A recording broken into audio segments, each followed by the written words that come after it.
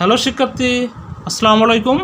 এ পর্বে আমরা 8.5 অনুশীলনীর 11 নম্বর অঙ্কের সমাধান শিখব। এখানে বলতেছে কোনো বৃত্তে এমন দুইটি স্পর্শক আঁকো যেন এদের অন্তর্ভুক্ত কোণ 60 ডিগ্রি হয়। ঠিক আছে, তো এটা করার জন্য আমরা প্রথমে কি করব, একটা বৃত্ত অঙ্কন করে নেব। ঠিক আছে, এখানে মেজারমেন্টটা কত বলছে, 60 ডিগ্রি। তো আমরা মনে রাখবো প্রথমে আমরা যে কোনো একটা ব্যাসার্ধ নিয়ে একটা বৃত্ত অঙ্কন করে ফেলবো। ঠিক আছে, তো দেখো, ওকে, তো আমরা একটা বৃত্ত অঙ্কন করলাম। আমাদের কি বলতেছে, এমন দুইটি স্পর্শক অঙ্কন করতে হবে যেন এদের অন্তর্ভুক্ত কোণ 60 ডিগ্রি হয়। তো এটা অঙ্কন করার জন্য আমাদেরকে যে সূত্রটা ইউজ করতে হবে সেটা আমরা মনে রাখবো। আমি এখানে একটু লিখে দেখাই। আমাদের চেয়েছে 60 ডিগ্রি। ঠিক আছে, তো আমরা কি করব, অলওয়েজ 180 ডিগ্রি থেকে এই 180 ডিগ্রি থেকে 60 ডিগ্রিটা বিয়োগ করব। ঠিক আছে, 60 ডিগ্রি বিয়োগ করলে কত হবে, আমাদের হচ্ছে 120, তাই না, 120 ডিগ্রি হবে। এই বৃত্তের কেন্দ্রে আমরা 120 ডিগ্রি যদি কোণ অঙ্কন করি তাহলে এই স্পর্শক, অর্থাৎ যে দুইটা স্পর্শক অঙ্কন করব সেই দুইটা স্পর্শকের মধ্যবর্তী কোণ হবে 60 ডিগ্রি। আমাদেরকে এখানে যত ডিগ্রি কোণ আঁকতে বলবে আমরা সেটাকে 180 থেকে বিয়োগ করে নেব। তাহলে কত পেলাম আমরা, 120 ডিগ্রি। ঠিক আছে, পরবর্তীতে আমরা 75 ডিগ্রি, 45 ডিগ্রি কীভাবে আঁকতে হয় শিখব। সেগুলো একই নিয়ম। আমরা কি করব, 75 ডিগ্রি আঁকতে বললে 180 থেকে 180 ডিগ্রি থেকে 75 ডিগ্রি মাইনাস করব, তার মানে কত হবে, 105 ডিগ্রি হবে। তো আমাদের এই বৃত্তের কেন্দ্রে 105 ডিগ্রি অঙ্কন করতে হবে। ঠিক আছে, তো আমরা এখন শিখব কোনটা, 60 ডিগ্রি কোণ। এই জন্য আমরা কী করব, বৃত্তর কেন্দ্রে 120 ডিগ্রি কোণ অঙ্কন করব। 120 ডিগ্রি কোণ তুমি চাঁদা বা কম্পাসের সাহায্যে খুব সহজে কিন্তু এঁকে নিতে পারো। ঠিক আছে, তো আমি দেখাচ্ছি, চাঁদা ইউজ না করেই দেখাচ্ছি। দেখো, আমরা এই জন্য যে কোনো একটা ব্যাসার্ধ নিয়ে নেব। বৃত্তর কেন্দ্র থেকে যে কোনো একটা ব্যাসার্ধ নিয়ে নিচ্ছি। ঠিক আছে, ওকে। এখন এই কেন্দ্রে আমরা কি করব, এই কেন্দ্র আমি কি বলেছিলাম, 60 ডিগ্রি 180 ডিগ্রি থেকে মাইনাস করতে হবে।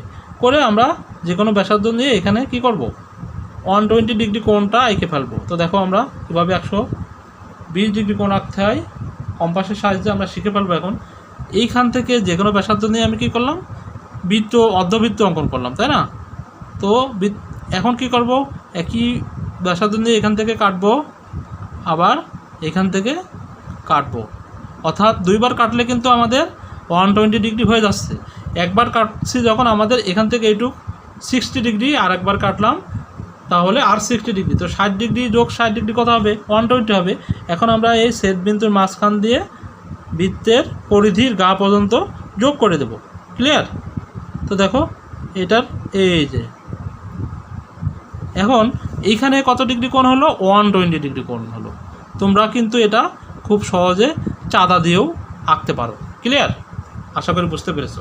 এখন কি বলছে, আমাদের দুইটা স্পর্শক অঙ্কন করতে হবে যেন এদের অন্তর্ভুক্ত কোণ 60 ডিগ্রি হয়। ঠিক আছে, তো আমরা সেই জন্য কী করব, সবাই আমরা স্পর্শক আঁকতে পারি, তাই না। তো আমরা এটার একটা নাম দিতে পারি। এটার নাম সাপোজ আমি ও দিলাম, আর এটার নাম আমি দিলাম এ, এটার নাম দিলাম বি।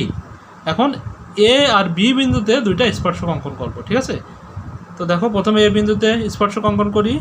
এই জন্য আমরা যে কোনো ব্যাসার্ধ নিয়ে এ থেকে কি করব, বৃত্তচাপ অঙ্কন করব। আমরা যে কোনো ব্যাসার্ধ নিয়ে বৃত্তচাপ অঙ্কন করলাম। আবার একইভাবে আমরা বি বিন্দু থেকে যে কোনো ব্যাসার্ধ নিয়ে আমরা একটা বৃত্তচাপ অঙ্কন করব। ক্লিয়ার?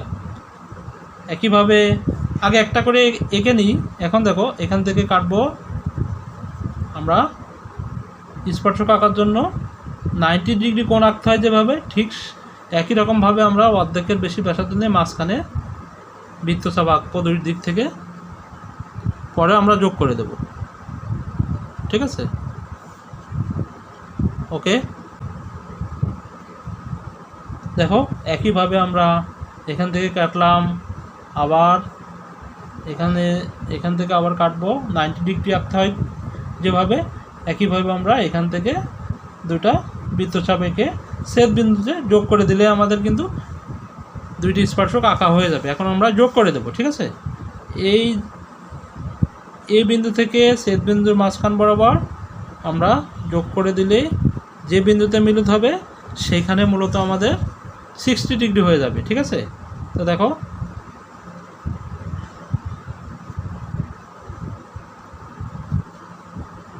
এই যে আমরা অবশ্যই এটা পেন্সিল দিয়ে আঁকবো এবং এইটুকু বাড়তিটুকু মুছে দেব। তো আমাদের এইখানে যে কোণটা হয়েছে সেটা অবশ্যই 60 ডিগ্রি হবে। কারণ কি? কারণ আমাদের এইখানে যেটা কোণ আছে সেই কোণটা আছে আমাদের 120 ডিগ্রি।